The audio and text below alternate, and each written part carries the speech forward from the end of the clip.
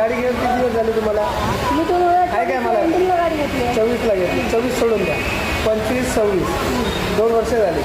1.5 वर्ष बघा. 1.5 वर्षात किती सर्विस झाल्या पाहिजे तुमच्या? किमान 15 तरी झाल्या पाहिजे. पण मला गाडी घेतली ना त्यांना विचार तुम्हाला असं मी स्वतः तुम्हाला सांगितलं गेल्या वर्षी गणपतीमध्ये की 45 दिवसांनी यायचं. त्यानंतर तुम्ही किती वेळा आला? एकदाच आला. गणपतीमध्ये मला सांगितलंच अरे नव्हतं. बाबा तेव्हा तुम्ही चार्जर टाकला ना चार्जर सांगितलेलं ऐका चार्जर टाकला तेव्हा तुम्ही वरडावरच केला तेव्हा पण मी तुम्हाला सांगितलेलं 75 गाडीला पूर्ण तेव्हा मी तुम्हाला सांगितलं 5 मेमध्ये काम केलं तेव्हा पण सांगितलं. आता हा 1 महिना गेला तर तुम्ही येतच नाही तर कोण तुम्हाला कोण देणार तुम्ही सांगा ना.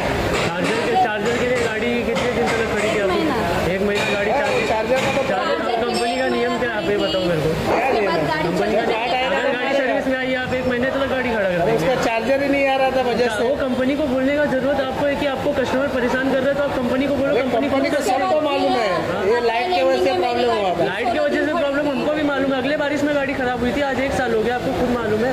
आज 1 साल हो गया। तो अब अभी क्या हुआ? चार्जर का प्रॉब्लम हुआ है क्या? चार्जर का प्रॉब्लम नहीं हुआ है। वो गाड़ी का जो था क्या नहीं वो क्या मांग रहे ये हैं उनको लाइफ टाइम ही बताता है हर एक 45 दिन में सर्विस करने का. और 1.5 साल में उन्होंने पूछो कितने बार 4 ही बार आए. अभी क्या करे कौन देगा? जब उस समय 1 महीना गाड़ी बंद थी फिर अभी कितने दिन गाड़ी बंद हुई है आपकी? बीच में फिर 16 दिन की खराब हुई थी. फिर अभी 10-12 दिन. अब ये बताओ अभी कस्टमर परेशान होगा वो आपको समझोगे ना कि यार कंपनी को बोलने का फर्ज आपका देखो है। बात सुनो जो उनका जॉब कार्ड ओपन होता है कंपनी में शो होता है हाँ। तो क्या वो ऑर्डर करता है कंपनी में सब दिखता है. वो क्या मेरे तरफ से क्या मैं नहीं लगता. तो जो भी सामान है रिक्वायरमेंट ज़्यादा है बजाज का तब वो बजाज बेचती है.